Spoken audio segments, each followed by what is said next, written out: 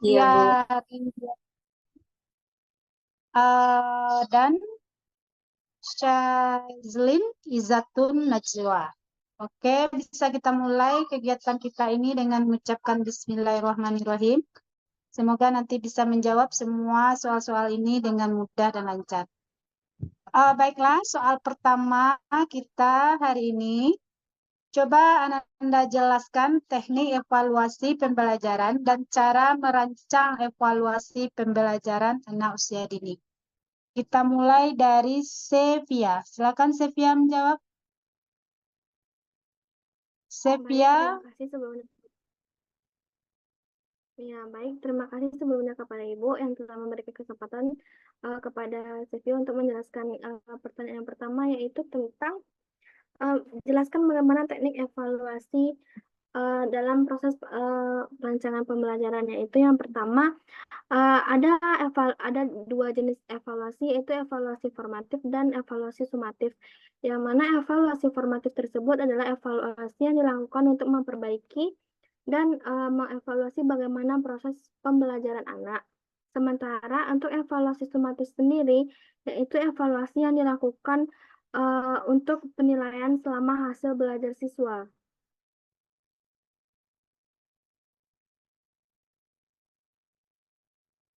Mungkin jawaban yang dapat saya sampaikan. Terima kasih, Ibu. Ya, oke. Lanjut. Silakan Syazlin Izatun Najwa. Jawab pertanyaan nomor 1. Baik, terima kasih Bu atas kesempatannya. Untuk pertanyaannya sendiri yaitu tentang jelaskan teknik evaluasi pembelajaran anak usia dini dan cara merancang evaluasi pembelajaran anak usia dini. Yang pertama itu ada teknik evaluasi pembelajaran itu setuju dengan Sevia, itu ada dua, sumatif dan formatif. Namun sedikit tambahan dari saya, Bu, jenis-jenis dari teknik evaluasi pembelajaran itu yang pertama itu ada jenis non-tesnya meliputi pemberian tugas, percakapan atau wawancara, observasi, catatan anekdot, unjuk kerja, hasil karya, skala penilaian, dan pengembangan perangkat atau penilaian sendiri atau angket. Yang kedua itu ada cara merancang evaluasi pembelajaran. Yang pertama itu ada tujuan evaluasi. Adapun untuk tujuan evaluasi ini untuk mengetahui tingkat kemajuan yang telah dicapai oleh anak dalam suatu kurun waktu atau proses belajar tertentu.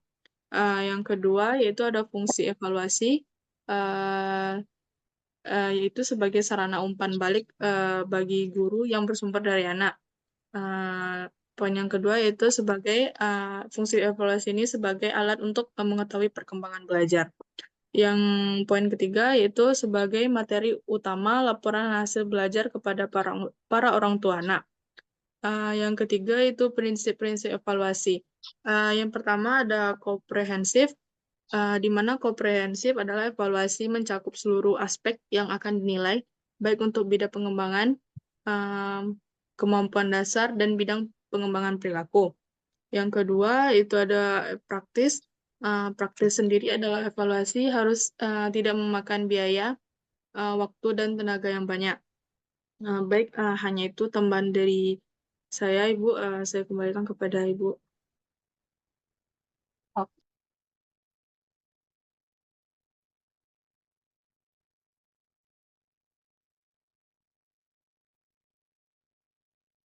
Mohon maaf Ibu, mic-nya itu Bu.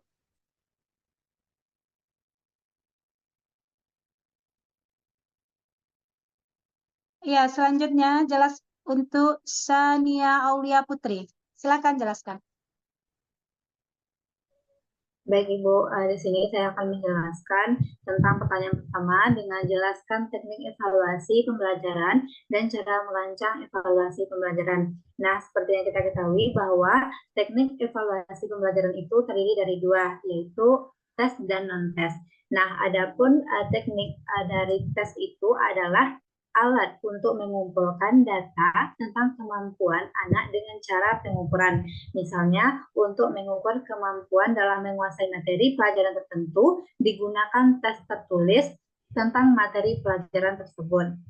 Nah, adapun yang kedua yaitu non-tes. Nah, teknik non-tes ini terbagi menjadi beberapa jenis. Yang pertama yaitu pemberian tugas. Pemberian tugas adalah salah satu cara penilaian yang dilakukan dengan memberikan tugas-tugas tertentu sesuai dengan kemampuan yang diungkapkan. Yang kedua ada melalui percakapan. Nah, percakapan adalah penilaian yang dilakukan melalui cerita antara anak dan guru atau antara anak dengan anak lainnya. Nah, percakapan dalam rangka penilaian dapat dilakukan guru dengan sengaja dan topik yang dibicarakan juga sesuai dengan tema kegiatan pelaksanaan program pada saat itu. Yang ketiga yaitu adanya dengan penilaian percakapan yang tidak berstruktur.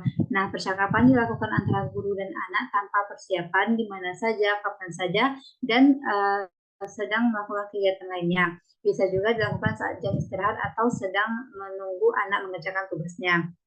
Selanjutnya ada observasi. Teknik observasi atau pengamatan merupakan proses pengumpulan data dengan menggunakan alat indera atau pengamatan. Nah, data yang diambil perlu segera dicatat atau direkam dalam rangka penilaian. Observasi dilakukan dengan bantuan perekam atau pencatatan yang secara sistematis. Nah, adapun selanjutnya yaitu catatan anekdot. Nah, catatan anekdot merupakan salah satu bentuk pencatatan tentang gejala tingkah laku atau yang berkaitan dengan sikap dan perilaku anak yang baik ataupun yang buruk. Yang terakhir yaitu penilaian tentang diri sendiri, yaitu tentang penilaian yang dilakukan dengan menetapkan sejauh mana kemampuan yang telah dimiliki anak dari satu kegiatan pembelajaran atau kegiatan yang rentan dalam waktu tertentu. Selanjutnya ada penilaian unit kerja dan penilaian hasil kerja. Nah, lalu bagaimana cara merancang evaluasi itu sendiri? Adapun cara merancang evaluasi yang pertama yaitu tentu kita harus menetapkan tujuan pembelajaran.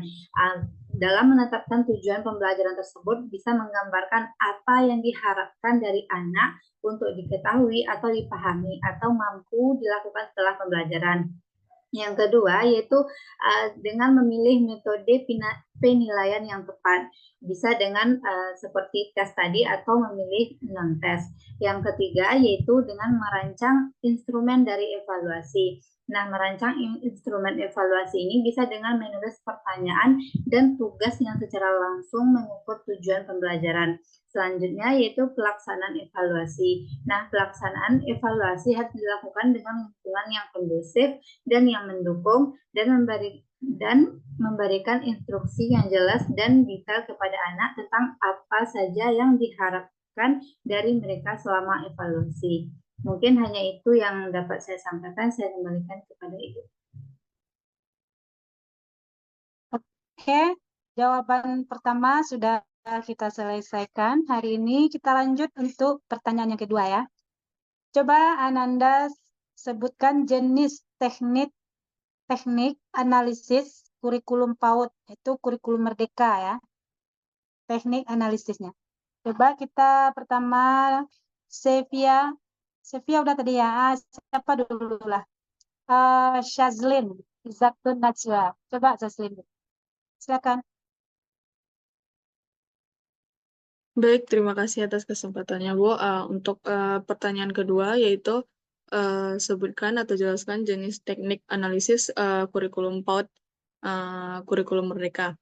Mungkin ada beberapa jenis teknik analisis kurikulum PAUD dengan kurikulum merdeka, yaitu yang pertama mungkin ada analisis dokumen. Analisis ini melibatkan penilaian dan analisis terhadap dokumen kurikulum yang telah disusun. Tujuan dari analisis dokumen adalah untuk mengetahui apakah dokumen kurikulum tersebut sesuai dengan tujuan dan standar pendidikan yang telah ditetapkan. Yang kedua yaitu ada analisis kualitatif. Analisis kualitatif di sini dilakukan dengan menggunakan pendekatan kualitatif yang diuraikan secara deskriptif melalui penelitian kepustakaan. Data yang digunakan dalam analisis kualitatif berasal dari artikel, buku, dan penelitian terdahulu yang relevan dengan topik pembahasan. Baik, hanya itu yang dapat saya sampaikan. Saya kembalikan kepada Ibu. Oke, lanjut. Stazia, silakan Ananda jelaskan soal nomor 2. Stazia Aulia Putri. Baik Ibu, saya akan menjelaskan soal nomor 2 dengan soal yaitu jelaskan teknik analisis kurikulum PAUD yaitu kurikulum merdeka. Nah, dalam menganalisis kurikulum PAUD yaitu kurikulum merdeka tentu memerlukan pendekatan yang sistematis dan mendalam untuk memastikan kurikulum tersebut efektif atau tidaknya dan atau sesuai dengan kebutuhan anak atau tidak. Nah, adapun teknis yang pertama yaitu kita harus menganalisis tujuan dari pembelajaran. Analisis ini bertujuan untuk memastikan bahwa tujuan pembelajaran yang dirumuskan dalam kurikulum sesuai dengan kompetensi dasar dan capaian pembelajaran yang diharapkan. Dan yang kedua yaitu tentu kita harus menganalisis kebutuhan dari anak. Nah, adapun caranya yaitu dengan mengidentifikasi kebutuhan perkembangan anak sesuai dengan aspeknya yaitu ada fisik, fisik motorik, kognitif, sosial emosional, bahasa, dan seni. Dan yang selanjutnya yaitu analisis isi atau materi pembelajaran. Nah, analisis ini bertujuan untuk menilai apakah isi atau materi pembelajaran yang disusun sudah sesuai dengan tujuan pembelajaran dan relevan dengan kebutuhan anak. Yang selanjutnya yaitu dengan menganalisis strategi pembelajaran. Analisis ini bertujuan untuk menilai apakah strategi yang digunakan dalam kurikulum sudah efektif untuk mencapai tujuan pembelajaran atau tidak. Selanjutnya yaitu ada dengan analisis penilaian. Analisis ini bertujuan untuk menilai apakah metode penilaian yang digunakan sudah sesuai dengan tujuan pembelajaran dan mampu mengukur pencapaian anak dengan akurat atau tidak. Mungkin hanya itu yang dapat saya sampaikan. Saya kembalikan lagi kepada Ibu. Oke, kita lanjut. Silakan Sepia menjawab pertanyaan nomor 2. Baik, terima kasih Sepia. Ibu. Ya, baik, terima kasih kepada Ibu. Baiklah, saya akan menjawab pertanyaan selanjutnya, yaitu jawaban pertanyaan saya kurang lebih sama dengan jawaban Sania, yaitu ada analisis tujuan pembelajaran, analisis kompetensi, keterampilan dan kompetensi, serta ada analisis strategi pembelajaran. Akan tetapi ada satu tambahan analisis dari saya, yaitu adanya analisis kearifan budaya lokal, yang mana kearifan budaya lokal itu kita menganalisis bahwa kearifan lokal dan budaya lokal kita sesuai dengan perkembangan anak tersebut, sehingga anak dapat memenuhi fasilitas, materi, dan juga sumber daya pembelajarannya, serta untuk analisis dari penilaian tersebut, apakah analisis penilaian tersebut memenuhi dua hal, yaitu yang bersifat afirmatif dan juga yang bersifat sumatif, dan juga dapat memberikan umpan balik kepada anak dan juga pihak pendidiknya. Kalau untuk analisis pembelajarannya, yaitu analisis dengan meninjau beberapa metode dan strategi pengajaran yang digunakan sebagai kurikulum merdeka, sehingga metode atau strategi pembelajaran dalam kurikulum merdeka tersebut dapat memenuhi kegiatan yang partisipatif dan juga sesuai dengan prinsip-prinsip pembelajaran. Sekian jawaban dari Sylvia. Saya kembali kepada Ibu. Terima kasih. Iya, oke, bagus.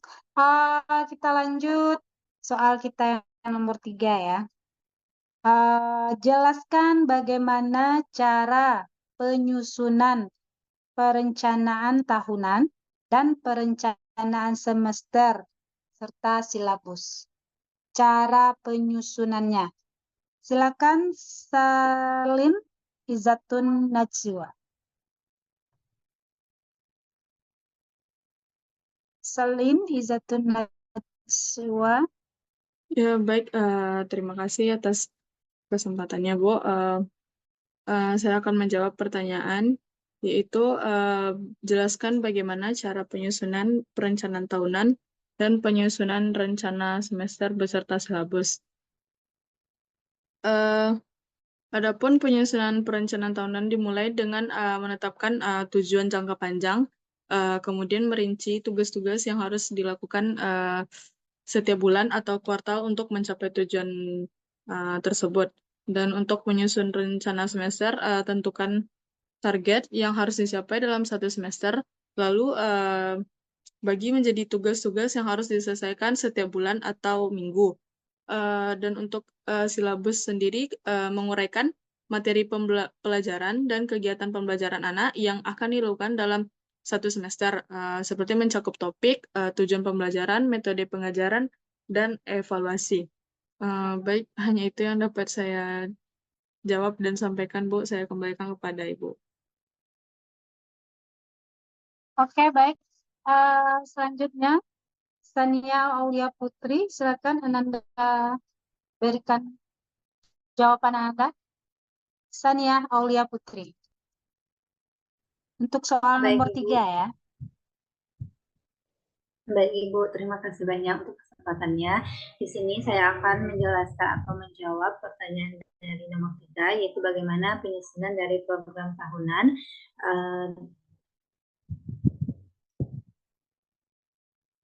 penyusunan rencana program semester dan silabus. Nah, untuk program tahunan sendiri, yang pertama kita tentu harus menganalisis kurikulum itu sendiri, kurikulum yang berlaku untuk memahami kompetensi inti, kompetensi dasar, dan tujuan pembelajaran. Dan yang kedua, yaitu kita harus menentukan tujuan dari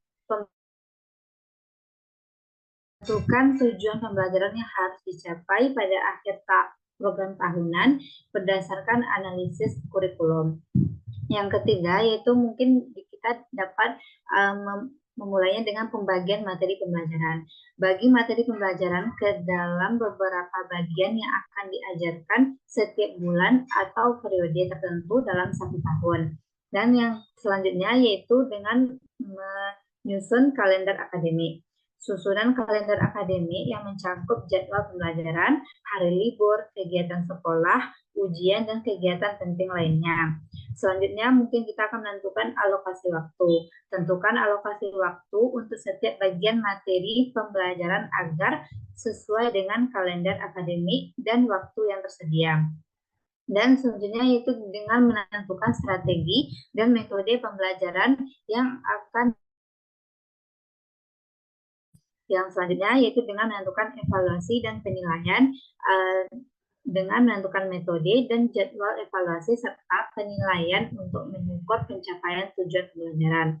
Sedangkan adapun penyusunan dari program semester atau prosem yang pertama yaitu kita harus membuat daftar tema satu semester. Pemilihan dan penentuan tema dilakukan guru sebelum awal semester. Kegiatan pembelajaran dimulai dengan memperhatikan prinsip pengembangan tema. Yang kedua itu bisa dengan mengembangkan menjadi subtema dan subtema. Selanjutnya yaitu menentukan alokasi waktu untuk setiap tema, subtema, dan subtema. Waktu pembahasan setiap tema ataupun subtema disesuaikan dengan minat anak, keluasan atau kedalaman dan sumber daya yang tersedia. Selanjutnya yaitu menentukan kompetensi dasar yaitu atau KD di setiap tema. Penentuan KD membuat seluruh aspek perkembangan anak. Dan yang terakhir yaitu kompetensi dasar dapat ditulis lengkap atau dapat ditulis dengan diulang di setiap tema dan sub-tema yang sudah ditentukan di awal. Nah, dengan menganalisis kompetensi dasar. Pelajari dan analisis kompetensi dasar yang harus dicapai dalam setiap mata pelajaran. Yang kedua, yaitu dengan menentukan materi pembelajaran. Tentukan materi pelajaran yang relevan untuk mencapai kompetensi dasar. Yang ketiga, yaitu dengan menetapkan indikator pencapaian kompetensi atau kompetensi atau indikator yang akan digunakan untuk mengukur pencapaian kompetensi dasar. Yang keempat ada strategi dan metode pembelajaran. Rencanakan strategi dan metode pembelajaran yang akan digunakan untuk menyampaikan materi dan mencapai kompetensi. Yang kelima ada sumber bahan ajar. Identifikasi sumber bahan ajar yang akan digunakan dalam pembelajaran tersebut. Dan yang keenam ada penilaian. Tentukan metode dan instrumen yang akan digunakan untuk mengukur pencapaian kompetensi dan tujuan pembelajaran. Mungkin hanya itu yang dapat saya sampaikan. Saya kembalikan kepada Ibu. Oke, baiklah. Kita lanjut kepada Sevia Ridianti. Silakan Anda jelaskan soal nomor 3. Baik, terima kasih kepada Ibu. Saya akan menjawab pertanyaan nomor 3, yaitu yang pertama ada penyusunan perencanaan tahunan. Yang mana dalam penyusunan perencanaan tahunan tersebut, yang pertama kita harus menentukan tujuan pendidikan yang ingin dicapai. Selanjutnya itu menentukan standar kompetensi, kompetensi dasar, dan kompetensi inti. Selanjutnya yaitu mengidentifikasi materi, yang mana identifikasi materi tersebut yaitu menentukan materi pokok dan juga materi yang harus dipelajari, serta menentukan sumber-sumber belajar yang sesuai dengan materi yang akan diajarkan. Yang selanjutnya ada pengembangan silabus, yang mana dalam pengembangan silabus tersebut juga menentukan tujuan dan juga kompetensi dasar dalam mata pelajaran. Serta menentukan mata pelajaran, pendekatan dan juga metode pembelajaran, serta evaluasi dan referensi sumber pembelajaran. Yang selanjutnya ada pengembangan rencana pembelajaran. Pengembangan rencana pembelajaran itu seperti menyusun rencana pembelajaran yang sistematis dan menentukan alokasi waktu yang efektif, serta menentukan teknik dan instrumen penilaian. Selanjutnya ada pengembangan rencana semester. Pengembangan rencana semester tersebut seperti menyusun rencana semester yang spesifik dan secara rinci, menentukan kegiatan apa saja yang harus dilakukan selama 1 tahun dan menentukan sumber belajarnya. Terakhir ada pengembangan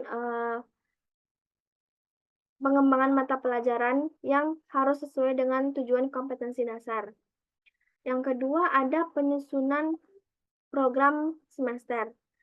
Program semester tersebut yang pertama dengan cara kita mereview kegiatan yang ada pada semester lalu atau sesuai dengan review jadwal-jadwal yang ada pada semester sebelumnya. Menentukan strategi pemilihan mata pembelajaran atau tema serta subtema yang akan kita ambil, apakah sama atau tidak dengan program sebelumnya. Yang selanjutnya yaitu pengembangan rencana pembelajaran dengan cara menyusun rencana pembelajaran yang sistematis dan juga secara terinci, menentukan alokasi waktu dan menentukan teknik serta instrumen penilaian, serta juga melakukan pengembangan silabus dan menentukan materi pembelajaran, pendekatan pembelajaran, metode pembelajaran, evaluasi pembelajaran, dan juga referensi sumber pembelajaran.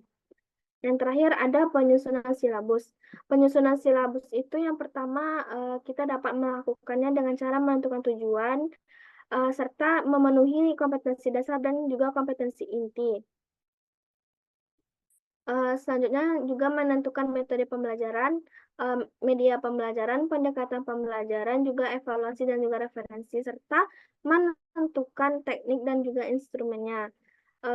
Untuk penentuan silabus tersebut juga disesuaikan dengan tema serta subtema yang akan dipelajari dan sesuai dengan materi yang akan dipelajari berikutnya.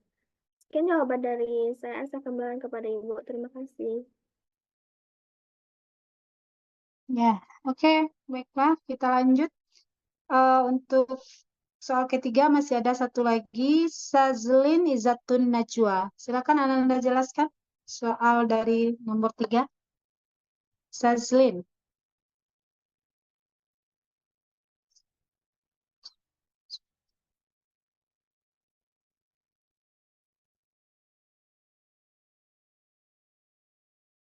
Nomor 3 ya, Bu? Nomor 3, jelaskan bagaimana cara menyusun program tahunan dan perencanaan semester serta silabus. Ya, Iya, oke. Bu. Baik. Oke. Baik, saya akan menjawab pertanyaan nomor 3, itu jelaskan bagaimana cara penyusunan perencanaan tahunan dan penyusunan rencana semester beserta silabus. Eh, Adapun yang pertama itu penyusunan perencanaan tahunan atau PROTA. Eh, yang pertama itu menentukan tujuan tahunan. Tujuan tahunan ditentukan berdasarkan tujuan program pendidikan anak usia dini yang telah ditetapkan. Yang kedua itu menentukan materi tahunan. Materi tahunan dijabarkan dari tujuan tahunan dan disesuaikan dengan kemampuan belajar anak. Yang ketiga yaitu menentukan kegiatan tahunan. Kegiatan tahunan disusun berdasarkan materi tahunan dan disesuaikan dengan strategi pengelolaan kelas. Yang keempat yaitu menentukan indikator pencapaian. Adapun indikator pencapaian ditentukan untuk menilai keberhasilan kegiatan tahunan. Yang kedua yaitu penyusunan rencana semester atau prosem. Adapun beberapa langkah penyusunan rencana semester yaitu yang pertama menentukan tujuan semester. Tujuan semester ditentukan berdasarkan tujuan tahunan dan disesuaikan dengan kemampuan belajar anak. Yang kedua yaitu menentukan materi semester. Materi semester dijabarkan dari tujuan semester dan disesuaikan juga dengan kemampuan belajar anak. Yang ketiga yaitu menentukan kegiatan semester. Kegiatan semester disusun berdasarkan materi semester dan disesuaikan dengan strategi pengelolaan kelas. Yang keempat yaitu menentukan indikator pencapaian. Indikator pencapaian ditentukan untuk menilai keberhasilan kegiatan semester. Yang terakhir yaitu penyusunan silabus. Yang pertama, langkah-langkah dari penyusunan silabus yaitu menentukan tujuan pembelajaran. Adapun tujuan pembelajaran ditentukan berdasarkan tujuan semester dan disesuaikan dengan kemampuan belajar anak. Yang kedua, menentukan materi pembelajaran. Materi pembelajaran dijabarkan dari tujuan pembelajaran dan disesuaikan dengan kemampuan dan kebutuhan anak. Yang ketiga yaitu menentukan metode pembelajaran. Metode pembelajaran disusun berdasarkan materi pembelajaran dan disesuaikan dengan strategi pengelolaan kelas. Yang keempat yaitu menentukan media pembelajaran. Media pembelajaran disusun berdasarkan metode pembelajaran dan disesuaikan dengan kemampuan dan kebutuhan belajar anak. Yang kelima yaitu menentukan penilaian. Penilaian ditentukan untuk menilai keberhasilan kegiatan pembelajaran. Baik, hanya itu yang dapat saya sampaikan. Terima kasih, saya kembalikan kepada Ibu. Oke, jawaban dari soal nomor 3 sudah kita selesaikan. Semuanya sudah menjawab. Bagus. Nah, sekarang kita lanjut soal nomor 4. Jelaskan bagaimana cara menyusun rencana pembelajaran mingguan dan menyusun rencana pembelajaran harian. Jadi ini RPPM dan RPPH ya. Bagaimana Anda menyusunnya? Coba jelaskan. Kita mulai dari Safia Rindianti. Silakan, Anda jawab. Baik, terima kasih kepada Ibu. Baiklah, untuk penyusunan rencana pembelajaran mingguan atau RPPM itu sendiri, yang pertama kita mengacu pada kompetensi dasar atau sesuai dengan kompetensi dasar yang memuat sikap, pengetahuan, dan juga keterampilan untuk ketercapaiannya kompetensi inti atau KI1, KI2, KI3, ataupun KI4. Dan yang selanjutnya yaitu memuat acuan materi yang sesuai dengan kompetensi dasar dan juga cakupan tema. Yang selanjutnya yaitu ada memilih kegiatan yang selaras dan sesuai dengan cakupan materi pembelajaran. Selanjutnya mengembangkan kegiatan bermain yang berpusat pada anak. Kegiatan bermainnya itu adalah sebagai kegiatan sebagai proses pembelajaran bagi anak. Menggunakan pembelajaran yang tematik serta mengembangkan cara berpikir dan pendekatan secara saintifik kepada anak, serta berbasis budaya lokal dan juga memanfaatkan lingkungan-lingkungan sekitar.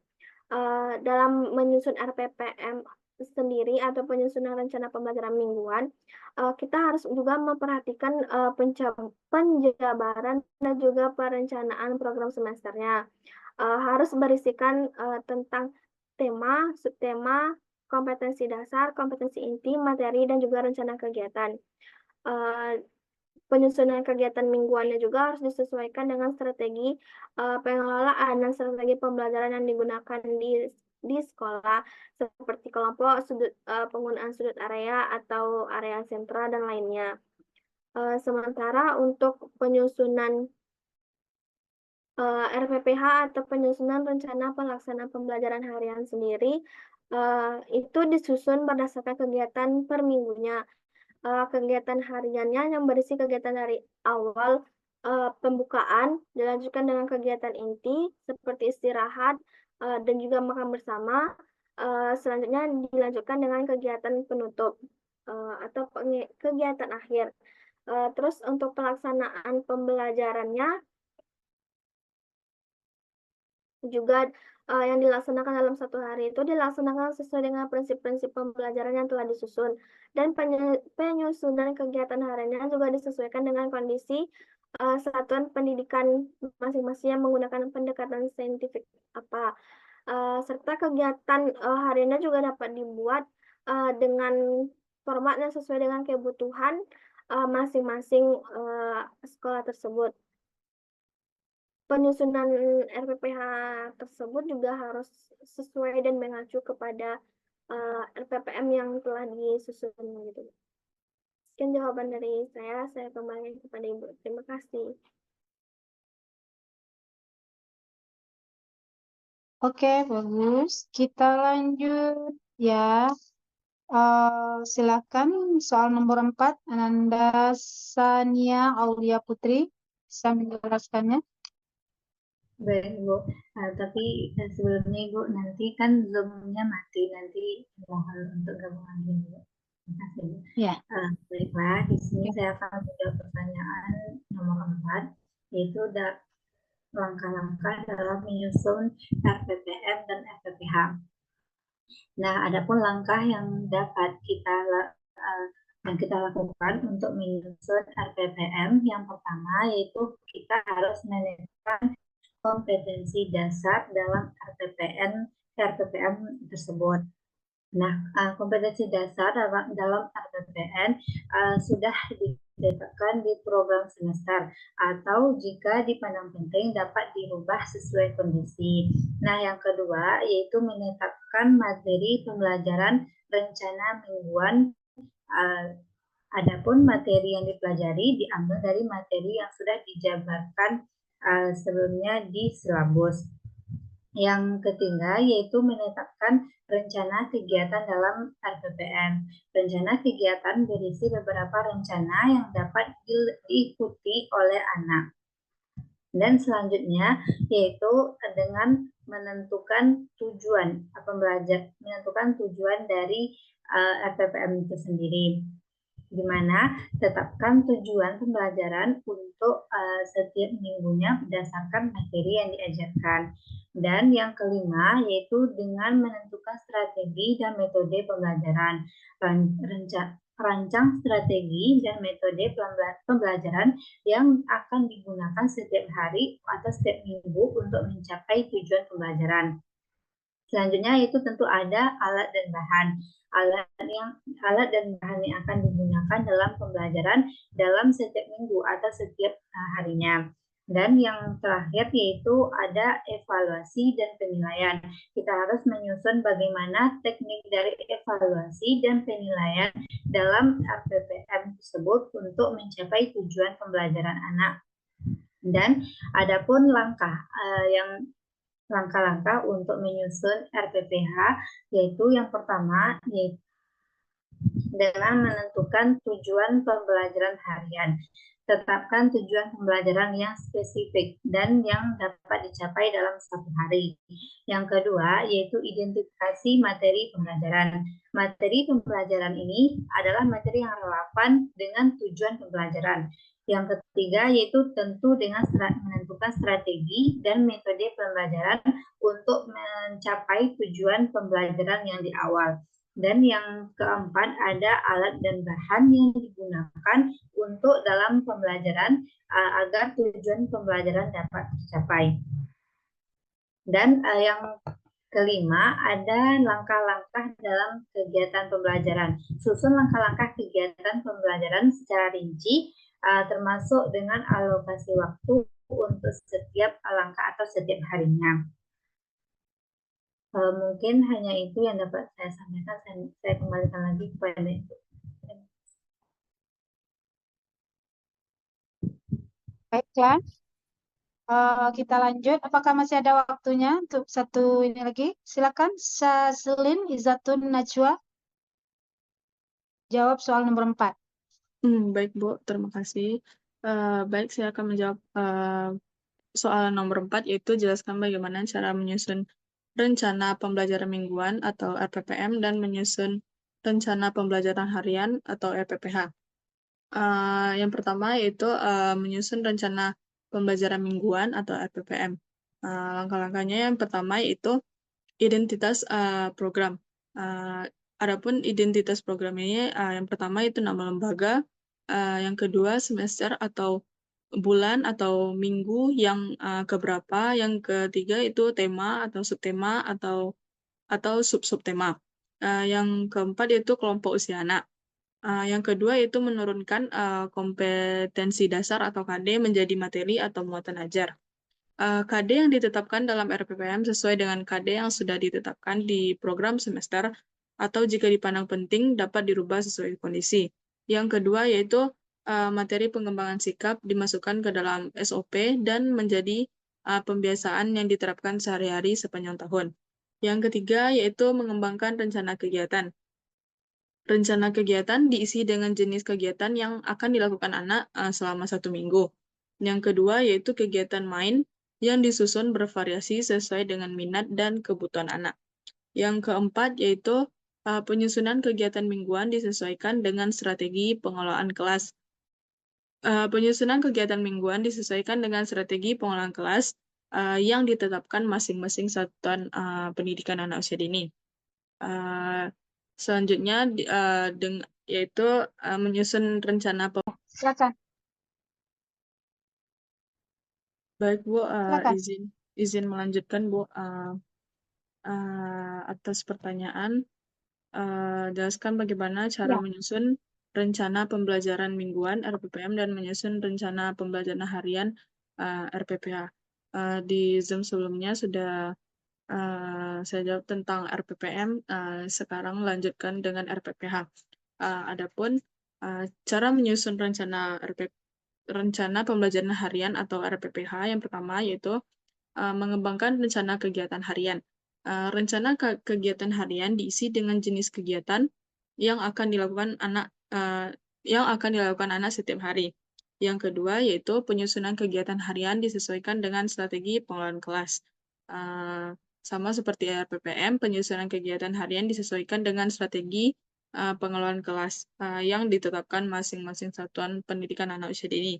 Yang ketiga yaitu mengembangkan cara berpikir pendekatan saintifik, yaitu mengembangkan cara berpikir pendekatan saintifik dalam kegiatan pembelajaran. Yang keempat, berbasis budaya lokal dan menggunakan lingkungan alam sekitar. Berbasis budaya lokal dan memanfaatkan lingkungan alam sekitar sebagai media anak belajar dalam kegiatan pembelajaran. Yang kelima yaitu mengembangkan kegiatan berbasis tematik. Adapun mengembangkan kegiatan berbasis tematik untuk memantapkan pengetahuan anak. Baik, hanya itu yang dapat saya jawab tentang bagaimana cara penyusunan RPPM dan RPPH. Saya kembalikan kepada Ibu.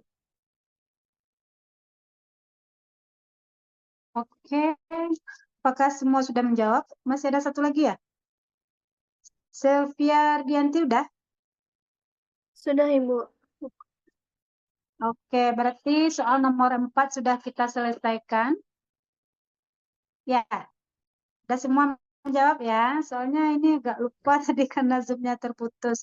Kita sambung soal nomor 5 kita ya. Tinggal satu soal lagi.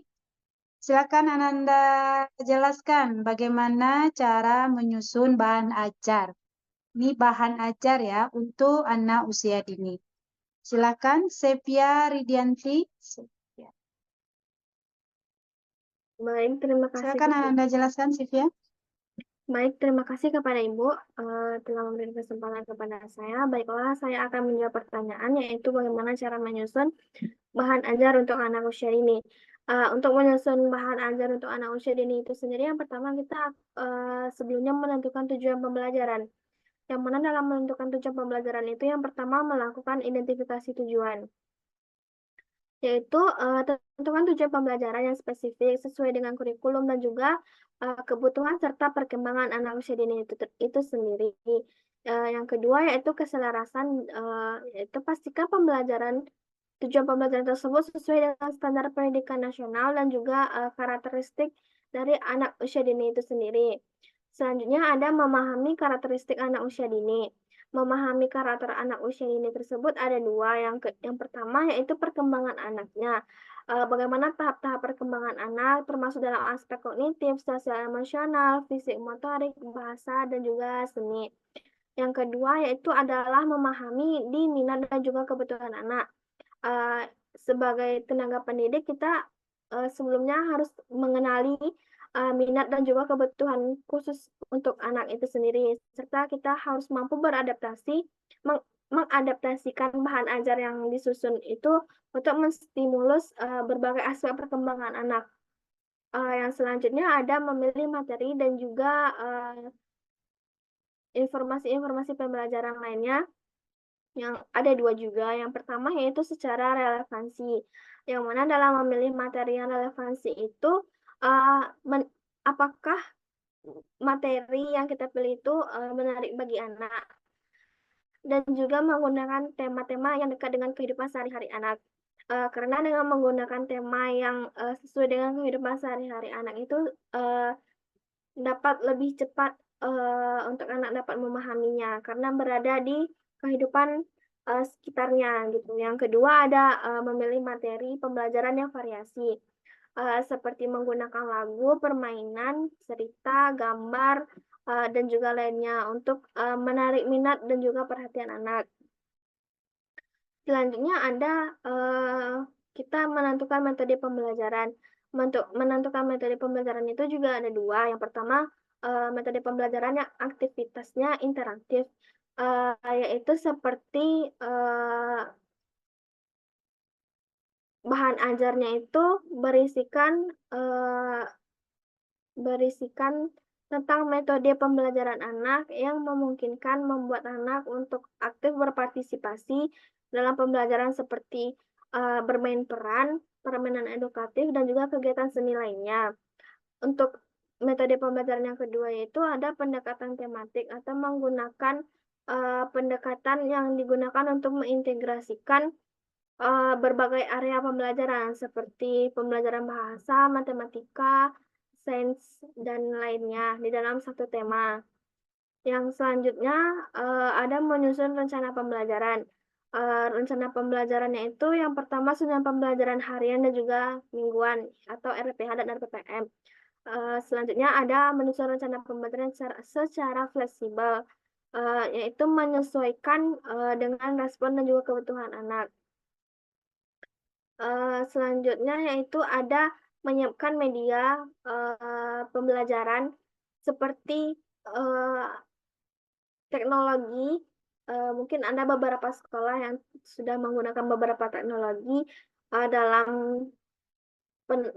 dalam penyediaan bahan ajar tersebut. Yang kedua ada juga menyediakan alat peraga seperti boneka, gambar, buku cerita, ataupun alat peraga lainnya. Dan yang selanjutnya ada menyusun materi pendukung.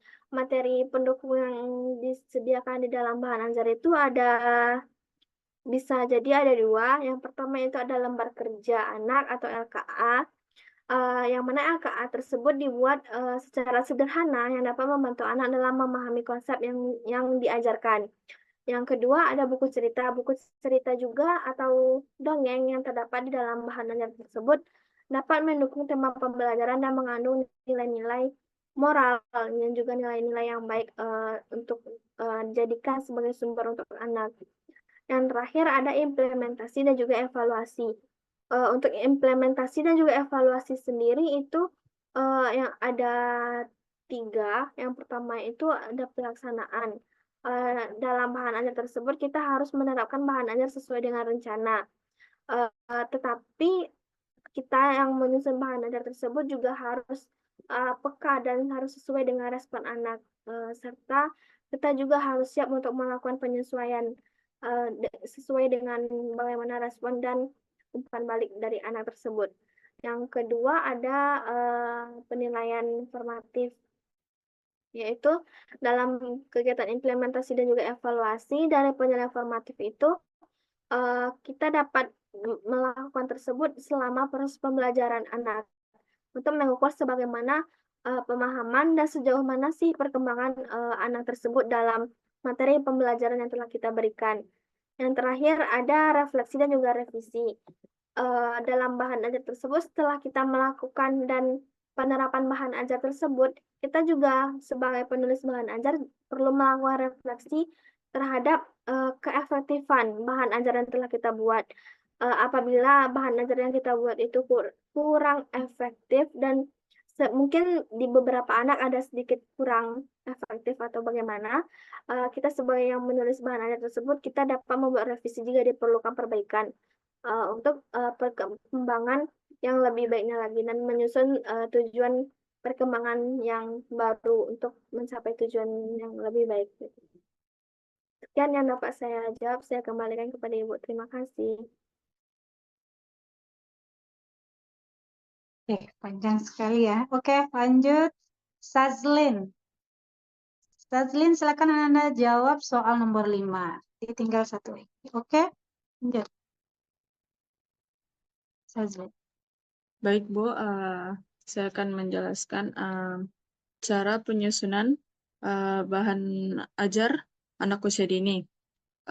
Mungkin sedikit tambahan dari saya, yaitu penyusunan bahan ajar untuk anak usia dini membutuhkan pendekatan yang berorientasi pada pengalaman belajar yang menyenangkan dan interaktif. Yang pertama itu identifikasi tujuan pembelajaran yang spesifik dan sesuai dengan perkembangan anak. Kedua, pilih metode pembelajaran yang sesuai seperti permainan, lagu, cerita, dan aktivitas kreatif. Yang ketiga yaitu buatlah bahan ajar yang visual, menarik, dan mudah dipahami oleh anak-anak. Dan yang terakhir, perhatikan variasi dalam penyajian materi untuk menjaga minat dan keterlibatan anak selama proses pembelajaran. Baik, itu sedikit tambahan dari saya. Saya kembalikan kepada Ibu. Oke, bagus. Terakhir, Sania. Sania Aulia Putri. Silakan Anda. Silakan. Baik Ibu, terima kasih Ibu. Saya akan menjelaskan langkah-langkah dari penyusunan dari bahan ajar. Nah, dalam penyusunan bahan ajar untuk anak usia dini tentu memerlukan pendekatan yang khusus karena anak-anak usia dini seperti yang kita ketahui memiliki karakter serta kebutuhan yang berbeda-beda dan cara belajar yang berbeda-beda. Nah, ada pun langkah-langkah yang dapat kita lakukan dalam menyusun bahan ajar.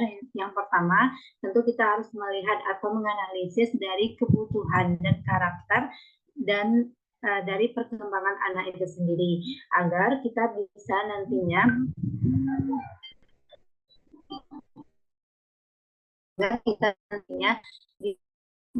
mempelajari atau mengidentifikasi kebutuhan belajar anak berdasarkan dari hasil pengamatan sehingga bahan ajar yang kita di kebutuhan anak yaitu yang kedua yaitu dengan menentukan tujuan dari pembelajaran. Nah, dalam menciptakan bahan ajar, tentu kita harus menentukan tujuan dari bahan ajar itu sendiri.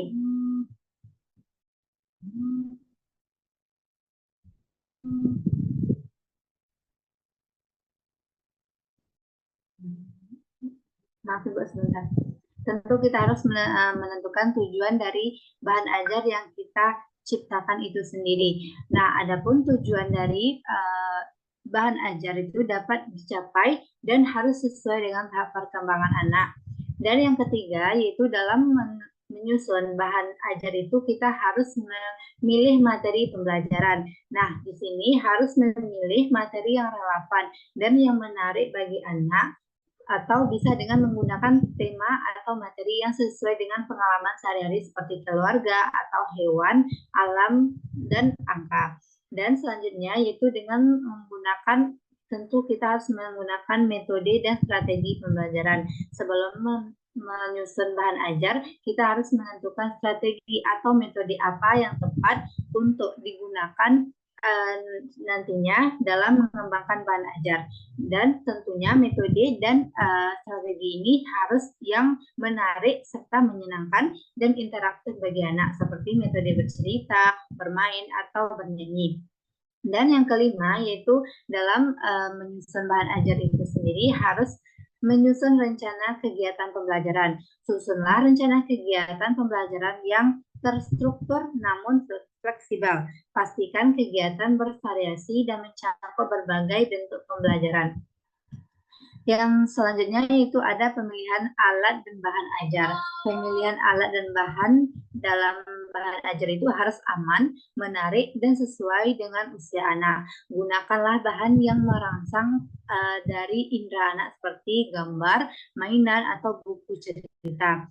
Dan selanjutnya yaitu ada pengembangan media pembelajaran. Gunakan media atau bahan pembelajaran yang menarik dan interaktif seperti buku bergambar, kartu bergambar, ataupun video yang edukatif.